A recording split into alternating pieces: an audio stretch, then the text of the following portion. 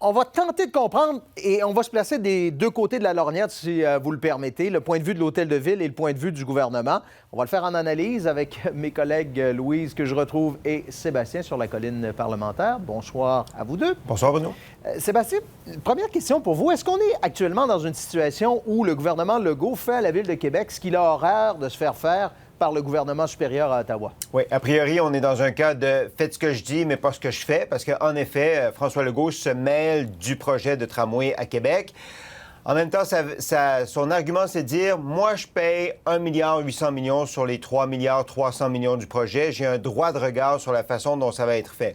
Le problème ici de François Legault, politiquement, c'est que ça donne l'impression que pour le troisième lien, tout est facile, puis pour le tramway, tout est compliqué. Et que, idéologiquement, il y a peut-être un biais, un préjugé défavorable au tramway, au point où il veut le remodeler lui-même. Donc, ça le place dans une situation où il donne l'impression de vouloir prendre le contrôle du projet, qui est un projet qui part de la Ville de Québec. Louise? Bien, exactement. Hein? C'était la question aujourd'hui sur toutes les lèvres parce qu'il y a une ingérence politique dans le projet. Je vous rappelle quand même que la Ville de Québec est maître d'œuvre du projet. C'est inscrit dans une loi.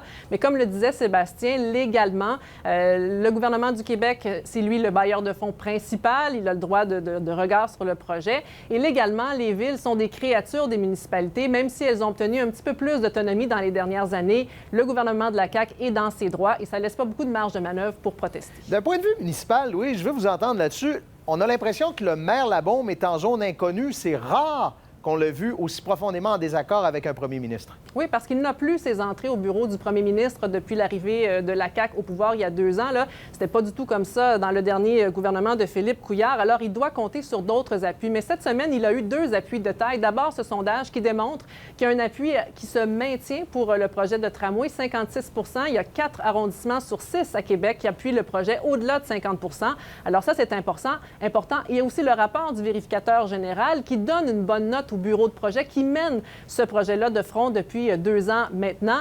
Alors ça, ce sont des munitions pour le maire de Québec, mais la décision du gouvernement de la CAQ hier a fait dévier un peu le dossier. Sébastien, je veux revenir sur ce qu'on a entendu tout à l'heure dans le reportage d'Olivier. On a entendu des oppositions à l'Assemblée nationale qui sont totalement en désaccord avec François Legault, qui deviennent donc des appuis importants pour Régis Labaume.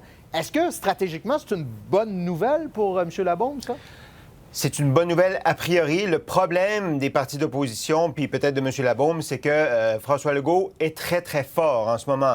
Louise parlait des sondages qui disent qu'une majorité des gens de Québec sont en faveur du tramway. M. Legault peut y opposer ses propres sondages qui disent que son taux de satisfaction est autour de 70, 75, parfois même autour de 80 %. Donc, il écrase littéralement la compétition en ce moment, les partis d'opposition notamment, et ça lui permet donc d'une certaine façon, de penser qu'il peut imposer ses vues, disons ça comme ça. Ouais. En plus, ajouter que dans les banlieues, il y a sa base électorale qui est là, donc il y a un peu aussi de ça dans l'équation actuellement. Et c'est tout croisé, tout ça, Louise, parce que là, à l'Hôtel de Ville, on a la situation inverse. On a les oppositions qui appuient la prise de position du gouvernement. Ils sont plutôt rassurés par cette décision-là. Le chef de Démocratie Québec le demandait depuis quelques temps déjà, mais l'a mis sous tutelle du bureau de projet. Mais c'est Québec 21 aujourd'hui qui s'est fait prendre un peu à son propre jeu parce que, en disant qu'il était ouvert à la proposition que le gouvernement va faire, indirectement, il venait d'appuyer le tramway, ce qu'il a toujours refusé de faire. On ne connaît pas le projet que Québec 21 veut prendre dans les prochaines semaines, dans les prochains mois pour la campagne électorale. Alors, ça a été un appui tacite au projet de tramway aujourd'hui. C'était ça la surprise. Je vous laisse le temps de replacer votre micro, puis je lance la question à Sébastien. Est-ce que François Legault aurait avantage, ou je ne sais pas si c'est Régis Labaume qui doit le faire, d'avoir une bonne discussion entre 4 yeux, avoir une discussion en privé là, avec M. Legault? En politique, on a toujours avantage à régler les choses en privé plutôt que sur la place publique. Le problème actuellement, c'est qu'on a l'impression que tout le monde veut régler les choses sur la place publique. Enfin, M. Legault s'est pas gêné pour commenter puis dire que à mots couverts, Régis Labaume est têtu. Il y en a qui disent ici que François Legault est têtu aussi. Quand 2 têtes fortes s'affrontent, ça peut faire un choc et ça peut faire de l'électricité. Alors, ils auraient avantage à ramener ça derrière des portes closes plutôt que de le faire sur la place publique. C'est toujours plus facile de régler les dossiers comme ça. Bon, micro rétabli avec Louise? Je pense que oui. Je voulais terminer là-dessus, peut-être, Bruno, en disant que le gouvernement de la CAQ met beaucoup de pression sur les épaules du maire de Québec, dit que le retard du tramway, c'est de sa faute, et par le fait même que le retard dans le projet de tunnel Québec-Lévis, c'est de sa faute aussi. Mais en même temps, il ne faut pas oublier que la CAQ aussi est en train de se mettre beaucoup de pression parce qu'elle devra arriver avec un projet qui est solide, qui tient sur des bases solides. Oui, puis il y a un aspect, juste en terminant, dans une entrevue à la presse, M. Legault a dit qu'il voulait annoncer le 3e lien avec le projet de transport collectif structurant.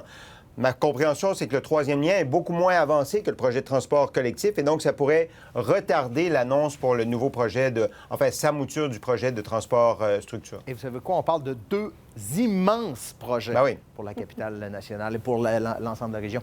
Merci à vous deux. Bonne soirée. Au revoir. Bonne soirée.